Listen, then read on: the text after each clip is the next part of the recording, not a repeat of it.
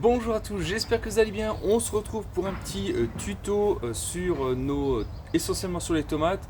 Après des chutes de grêle, on va regarder ensemble ce qu'il faut faire pour éviter justement une contamination de mildiou. Parce qu'on voit qu'actuellement les températures sont quand même plus ou moins douces. Il y a beaucoup d'humidité actuellement. Donc on va voir après un orage de grêle, qu'est-ce qu'il faut faire à nos plants de tomates. Mais ça vous pouvez le faire bien sûr sur beaucoup d'autres plantes, pas uniquement les tomates.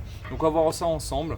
Allez, c'est tout de suite petit tuto prévention des tailles de nos tomates contre d'ailleurs le mildiou. A tout de suite. Voilà, la première chose qu'on peut faire, bien sûr, vous voyez qu'il y a eu des feuilles qui sont tombées, donc ça, ils ont été happés par les grelons. On va ramasser toutes les feuilles qui traînent, tout ce qui traîne, il y a peut-être des tomates qui traînent, il y en a une tomate là-bas qui est tombée, tout ça on va l'enlever. On va limiter un peu la propagation du mildiou, parce qu'il faut savoir que le mildiou, la première chose où il vient s'attaquer, c'est par le sol. Donc tout ce qui est au sol, les feuilles mortes, tout ça, on va les ramasser et puis on va les mettre dans un sac et puis on les mettra au compost. Tout ce qui est les branches du bas, bien sûr, on va les couper. Donc ça c'est très important, on va un petit peu nettoyer tout ça et on va voir ça. Alors dans cette vidéo, vous aurez besoin bien sûr de notre sécateur du jardinier, c'est très important. Donc première chose qu'on va faire, c'est couper un petit peu les feuilles du bas de nos tomates. Donc aucune feuille doit toucher le sol, je le rappelle. Donc on va un petit peu enlever tout ce qui est au sol, les feuilles qui sont trop longues, laissez au moins, je peux même encore un petit peu enlever là parce que si elles ont eu de la pluie et du mildiou, quand elles sont trop près du sol, faut savoir que quand les gouttes d'eau vont tomber au sol, ça va mouiller le feuillage au moins sur 20 à 40 cm. Et donc là, c'est la propagation du mildiou à coup sûr. Surtout si les températures sont plus ou moins douces et beaucoup d'humidité. Donc on coupe tout ce qui est feuilles du bas, c'est très très important. On aère bien nos pieds. Et faites-le uniquement quand il fait beau.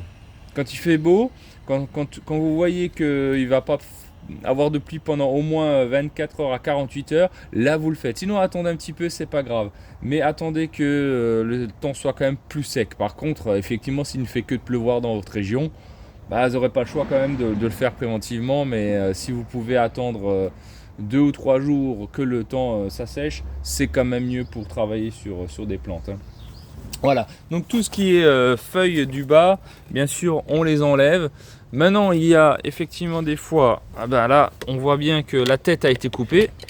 Vous voyez, la tête de la tomate a été coupée. Donc là, malheureusement, il ne va plus pousser par là.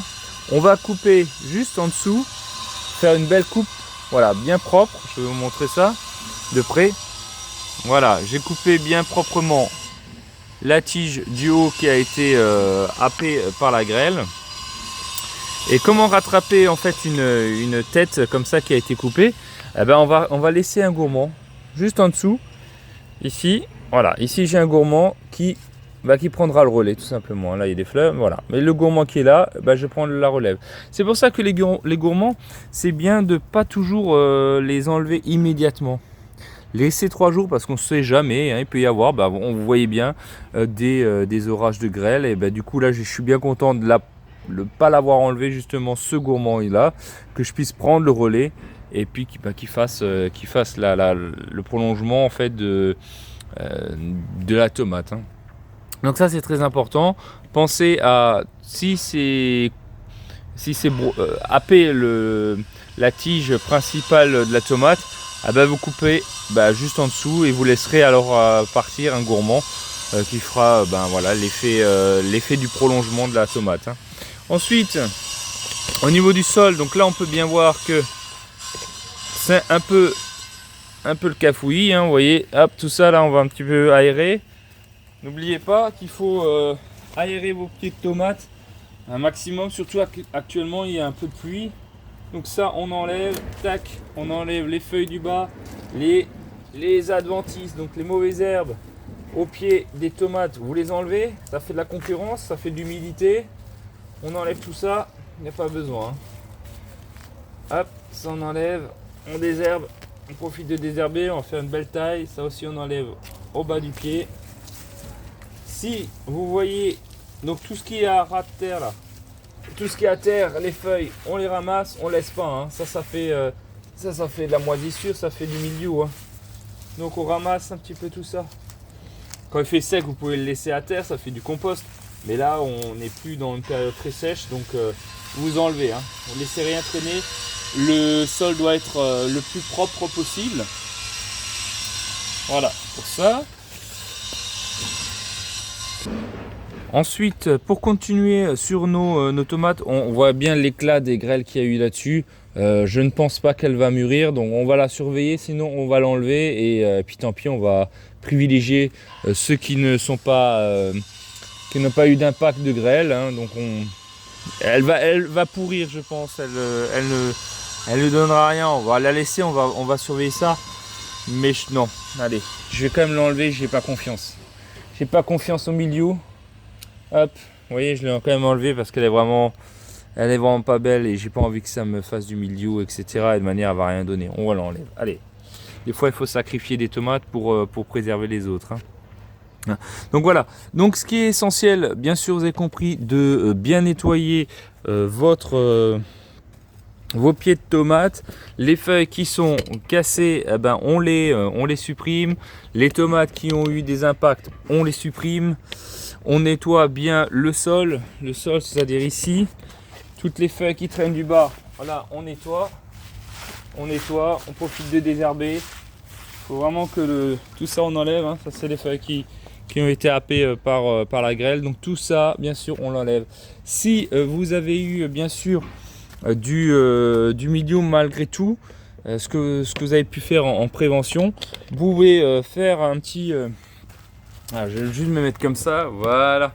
Ce que vous pouvez faire éventuellement, c'est si vous commencez à avoir tout de suite de l'attaque du mildiou, vous pouvez mettre du bicarbonate dessous, ça marche très bien, alimentaire, hein. Prenez une cuillère à soupe pour 5 litres d'eau, vous mettez dans